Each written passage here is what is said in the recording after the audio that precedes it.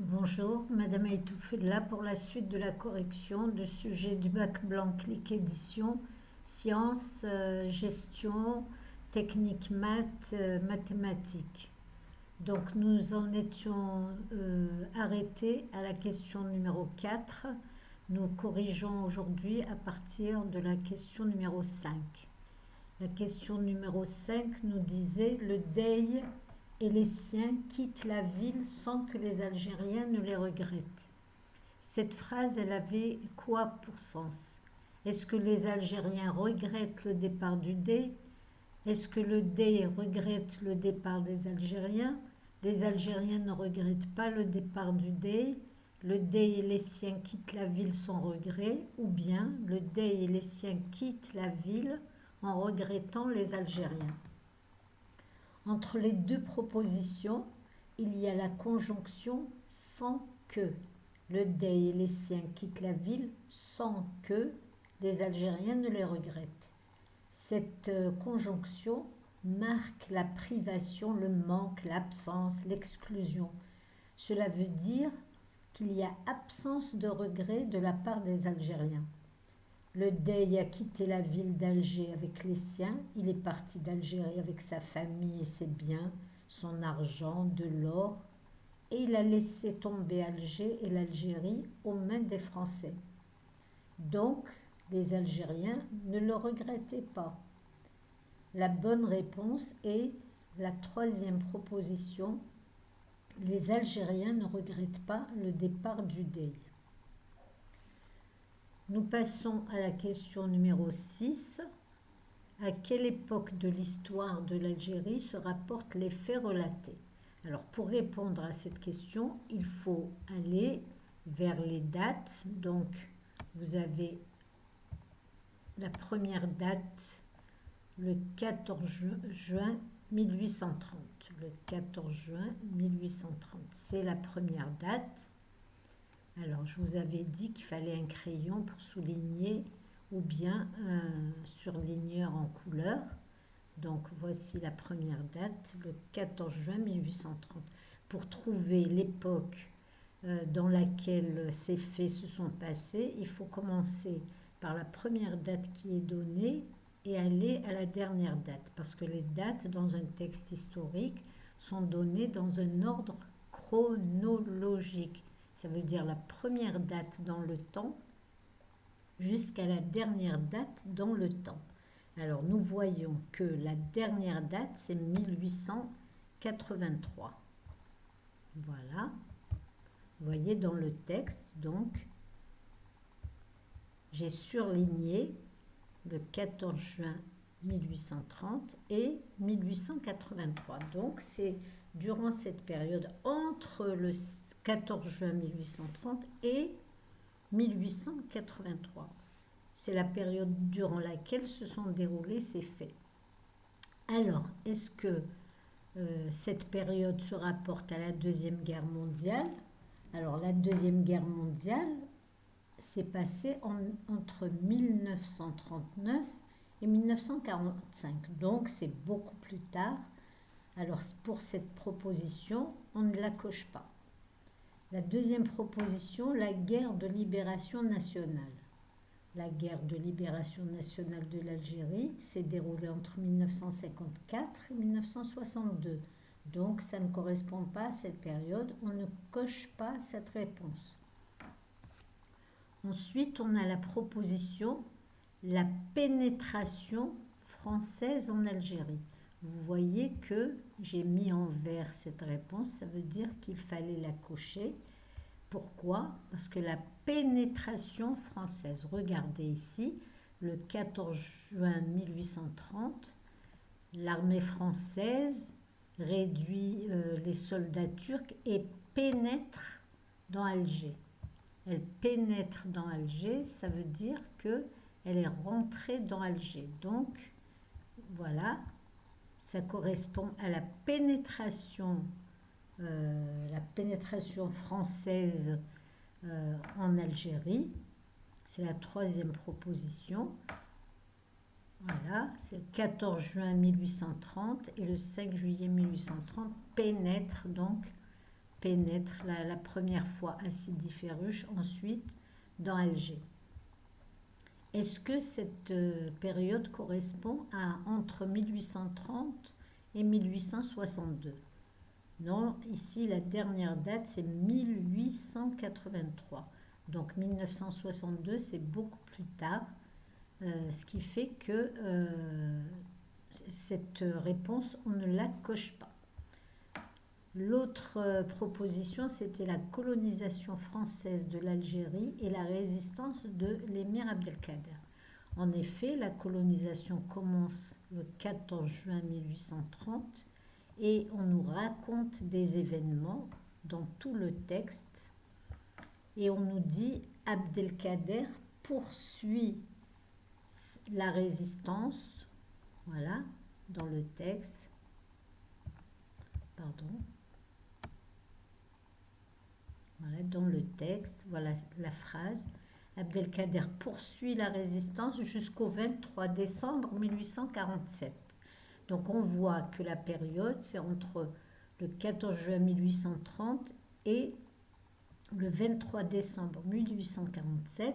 Les événements racontés se rapportent à la colonisation française, ça veut dire la France qui pénètre en Algérie, qui y reste, et la résistance de l'émir Abdelkader, ça veut dire que l'émir Abdelkader résiste aux Français pour les empêcher de s'installer en Algérie. Mais sa résistance se termine le 23 décembre 1847. Alors, il fallait cocher deux réponses, la pénétration française en Algérie ainsi que la colonisation française de l'Algérie et la résistance de l'émir Abdelkader. Nous passons à la question numéro 7. Dans ce texte, il faut bien lire les questions. Dans ce texte, il y a des mots très importants. Après la prise définitive d'Alger, deux armées se confrontent en Algérie. Ça veut dire deux armées sont l'une contre l'autre. C'est ça que ça veut dire se confrontent. Mais il y a des mots très importants. On nous dit après la prise définitive d'Alger. Ça veut dire que après que les Français aient pris définitivement, pénétré dans la ville d'Alger, quelles sont les deux armées qui se confrontent? Alors,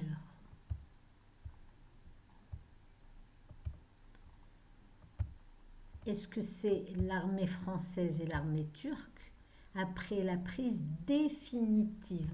Regardez ici, on nous dit l'armée française forte de 37 000 hommes réduit facilement les 6 000 soldats turcs et pénètre dans Alger le 5 juillet 1830. Ça veut dire que le 5 juillet 1830, ça y est, la ville d'Alger est prise par les Français. Les Français sont rentrés, ils ont pénétré dans Alger. Et à partir de là, quelles sont les deux armées qui se livrent des batailles? On nous propose l'armée française et l'armée turque, ça y est, elles ne se livrent plus de bataille parce que les Français ont eu la victoire contre l'armée turque. Donc, je ne coche pas la première proposition. Ensuite, vous avez l'armée turque et l'armée du sultan du Maroc.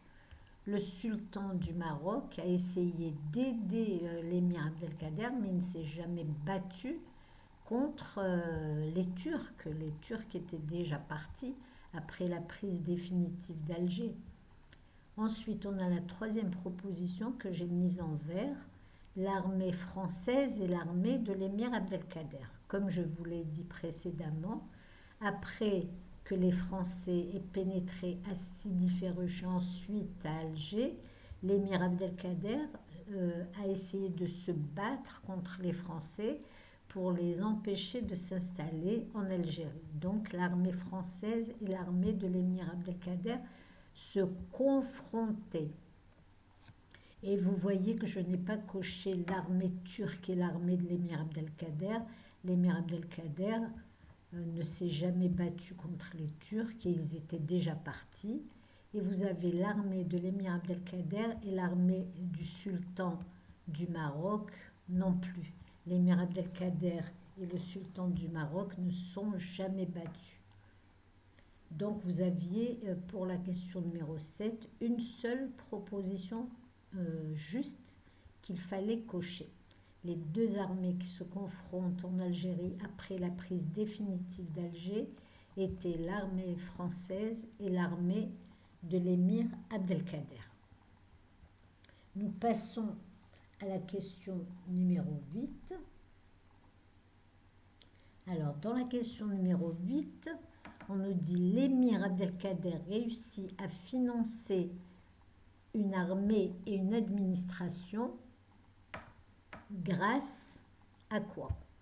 Est-ce que c'est grâce à des impôts turcs, grâce à la dîme, grâce à l'Ushur, grâce aux impôts français ou bien à une aide du sultan du Maroc? Alors nous allons dans le texte et nous cherchons les mots qui sont posés dans la question. Alors ici, l'émir Abdelkader supprime les impôts turcs. Regardez, la phrase est claire. L'émir Abdelkader supprime les impôts turcs. Ça veut dire qu'il n'y a plus d'impôts turcs, donc il n'a pas pu organiser une armée et l'administration grâce aux impôts turcs parce qu'il les a supprimés. Voilà la phrase dans le texte. Donc, il ne faut pas cocher la première proposition. Ensuite, on a à la dîme, voilà, il les remplace par la dîme sur les récoltes. La dîme sur les récoltes, c'est un impôt sur les récoltes. Donc, voilà la phrase. Il les remplace par la dîme sur les récoltes. Donc, la dîme, oui, c'est un impôt qu'il a prélevé sur les récoltes. Donc, c'est grâce à ça qu'il réussit à financer une armée et une administration. Ça veut dire qu'il a constitué un véritable État algérien. Donc, la dîme, il fallait cocher cette proposition. Ensuite, regardez la suite de la phrase. Donc, il parle de la dîme appelée Ushur. Donc, c'est cette dîme qu'en Algérie, on appelle Ushur. Ça veut dire que la dîme et le Ushur, ça veut dire exactement la même chose. Voilà, appelé Ushur. Donc, c'est d'ailleurs, c'est un procédé explicatif qu'on appelle la dénomination. Ça veut dire qu'on donne un nom à quelque chose. Donc, ici, la dîme, on l'appelle Ushur. Il fallait cocher cette proposition qui, en fait, Ushur, c'est le synonyme de la dîme. Ce sont deux synonymes. Donc, il fallait cocher ces deux réponses. Nous passons à la question numéro 9. Cocher les bonnes associations date, événement. Ça veut dire à chaque date, que s'est-il passé à chaque date? Nous avons le 5 juillet 1830. Alors, nous allons dans le texte pour souligner ou surligner les événements qui correspondent. Alors, nous avons, donc je reviens.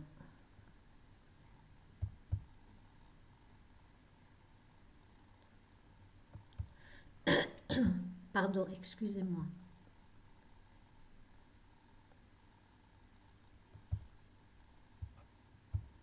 Alors, nous avons la question numéro 8 que nous avons terminée. Nous passons à la question numéro 9. Alors, on nous dit cocher les bonnes associations date, événement. Le 5 juillet 1830. Nous allons au texte.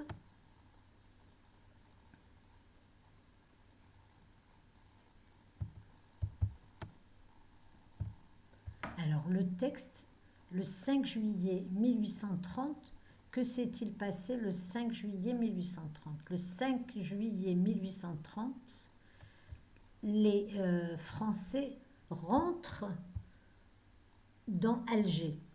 Alors que là, nous avons la proposition, le 5 juillet 1830, pénétration française en Algérie. Non, parce que le 5 juillet 1830, c'est la pénétration française à Alger. Donc, on ne coche pas cette proposition. Ensuite, nous avons 1831-1847. Est-ce que cela correspond à la résistance de l'émir Abdelkader? Nous revenons au texte. Alors, le 21 novembre 1831, on nous dit à Mascara, c'est Maaskar, les notables rendent hommage à l'émir Abdelkader, le proclament émir et s'engagent à le suivre dans la guerre contre les Français. Donc, l'émir Abdelkader commence la résistance contre les Français. Ensuite, on nous dit, dans le 4e paragraphe, on nous dit Abdelkader poursuit la résistance jusqu'au 23 décembre 1847. Donc, la résistance de l'émir Abdelkader se déroule entre le 21 novembre 1831 et le 23 décembre 1847. Donc, la proposition correspond bien. 1831-1847, ça correspond bien à la résistance de l'émir Abdelkader. Donc, cette proposition était juste. Voilà, je la mets en vert. Voilà, cette proposition était juste. Ensuite, on nous propose les dates 1855-1883, Abdelkader en Syrie. Dans le dernier paragraphe et la dernière phrase du texte, on nous dit en août 1855, en août, la dernière phrase, pardon, donc la dernière phrase, en août 1855, Abdelkader décida de s'installer à Damas en Syrie, où il vécut jusqu'à sa mort en 1883. Donc entre 1855 et 1883, l'émir Abdelkader se trouvait bien en Syrie. Donc nous cochons cette proposition. On y va. Voilà. Donc 1855-1883, Abdelkader était bien en Syrie. Le 14 juin 1830, débarquement français à Alger. Le 14 juin 1830, le débarquement ne s'est pas passé à Alger, mais le débarquement français s'est passé à Sidi Ferruch. C'est la première phrase du texte. Voilà. Donc, vous pouviez surligner ou souligner cette proposition, voilà cette phrase qui a un rapport avec la question. Vous voyez ici, le 14 juin 1830, le débarquement français à Sidi Ferruch et non pas le débarquement français à Alger. Parce qu'à Alger, c'était le 5 juillet 1830, le 5 juillet, mais le 14 juin, c'était à Sidi Ferruch. Donc, on ne coche pas la quatrième proposition. Ensuite, vous avez la dernière proposition qui était 1831. Est-ce que Abdelkader est proclamé émir? Voilà, en bleu, j'avais mis le 21 novembre 1831. Les notables, ça veut dire les personnalités algériennes de l'époque, le proclament émir. Voilà la phrase. Donc, la dernière proposition était juste. Abdelkader est proclamé émir en 1831. Il fallait cocher cette réponse. Pour la 9e question, Il y avait 3 propositions justes. Il fallait cocher 1831-1847, résistance de l'émir Abdelkader, 1855-1883, Abdelkader en Syrie, et enfin 1831, Abdelkader est proclamé émir. Je vous laisse pour aujourd'hui. Je ferai une 3e vidéo pour la suite de la correction. Au revoir et à bientôt.